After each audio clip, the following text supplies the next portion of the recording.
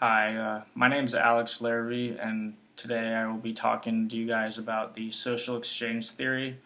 So I'll start off with a quote by Thomas Hodge. The technologically superior group has leverage and benefits over the less developed group. Due to this superiority, the relationship will tend to be more one sided. So I just picked that quote because I thought it gave a good context to basically what I'm going to be talking about today. So I chose to do the presentation on social exchange theory because I feel it's something that we all go through on a daily basis, whether it's work relationships or intimate relationships. So during my presentation, I'll talk about a few different main points. First, I'm going to talk about some few key concepts of the theory. Second, I'm going to be talking about some different methods that deal with research with the social exchange theory, and I'll touch on equity theory, which is an extension of social exchange theory. And lastly, I'm going to be talking about relationships with social exchange theory in our Web 2.0 world and the different things that we're able to learn from the information given. So first, I'm going to talk to you guys about the key concepts dealing with exchange theory, which are rewards, costs, and outcomes. As for rewards are basically satisfactions that our main goal is to obtain, whether they're similarities or dissimilarities. Both people in the interaction have an effect of whether who's going to be gaining or costing in a certain context in their best interest.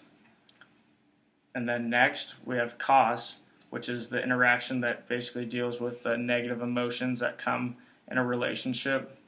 And it may be one person in the interaction who's bringing a cost, but at the same time, in a different context, they're able to reduce costs. It just depends basically on the context.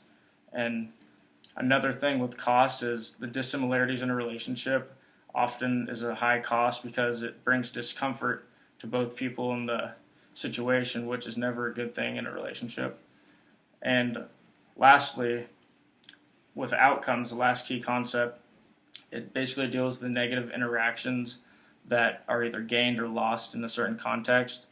And these outcomes deal with rejection, which can be a product of too many costs in a relationship, and that can result in one person in the relationship not gaining the same rewards that the other person is able to gain. So that's basically those key concepts that deal with the social exchange theory. So next, I'm going to be talking about a few different methods of research on social exchange theory and also touch on the equity theory. So it's important to know the equity theory because it deals with a lot of the methods that are used to research topics. So with the equity theory, it basically allows individuals to recognize when there's an unequal outcome. So it helps them to realize if an individual is gaining more than they're inputting, and it helps to realize the same thing whether the input or outputs are equal. So the theory also gives a perception of the inequity in a relationship, which is very key in our own personal everyday lives because when we step back and if we know this information, we are able to see if one person's gaining more than the other. And as for the methods of research that deal with the social exchange theory, they're usually measured quantitatively, either coding the responses or using survey results. With survey results, a lot of times it's measured longitudinal, which deals with the costs and rewards over time, and it allows people to see how the relationship flow is going through time. So now that I've touched on the equity theory and the methods of research that the study of the trends and costs of the relationship over time, now we're able to apply this information to our Web 2.0 relationships. So with social exchange theory and equity theory, it helps individuals to understand to be able to either stay in a relationship or withdraw from the relationship or end it for good. And that's a big thing with our Web 2.0 world. And something with that has to do with relationship maintenance, which it's the investment that individuals put into a relationship and the different moods that it puts them in, either using positivity, openness, the social network sharing tasks, and mediated communication, which mediated communication is very important in the Web 2.0 world because conversations via text message or anything like that can be skewed very easily if the relationship's not in a good place. So, like I said, the mediated communication like that has a lot of potential to create negatives in a situation of mediated communication, especially if the relationship is very low in satisfaction, and that's what causes people to perceive the messages in negative ways.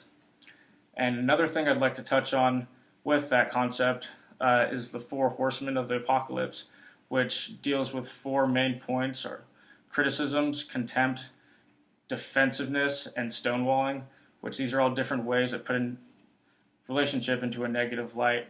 And these criticisms and contempts and defensiveness and stonewallings are all things that people do in a relationship when they feel that they are vulnerable and the other person is gaining more than they're receiving.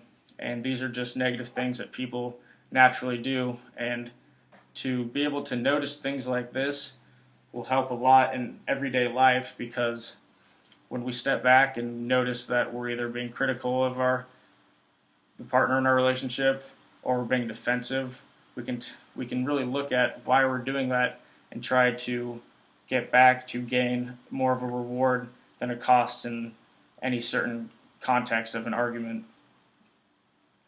So those are basically the main points with the Web 2 world for relationships, and it's really important for us to know those things. So when we take a look back at what I talked about today, I basically gave you guys the key concepts of what it deals with and the methods that researchers use to study trends with relationships so we can eliminate the negatives with the criticisms and defensiveness that often lead to relationships to end. So that's something that myself and others would be very lucky to learn, so they can eliminate this in their own everyday lives. So basically, like I said, I talked about those key concepts, the reward cost of relationship, and the methods of research using the quantitative data, using survey or coding them, and lastly, the different key points of dealing with relationships in the Web 2.0 world and how we can eliminate those negatives that we bring to a relationship. So to conclude, I hope the information I shared was very useful, and the stuff I discussed can hopefully be used in our own personal relationships. And I would just like to thank you for your time for listening. Thank you.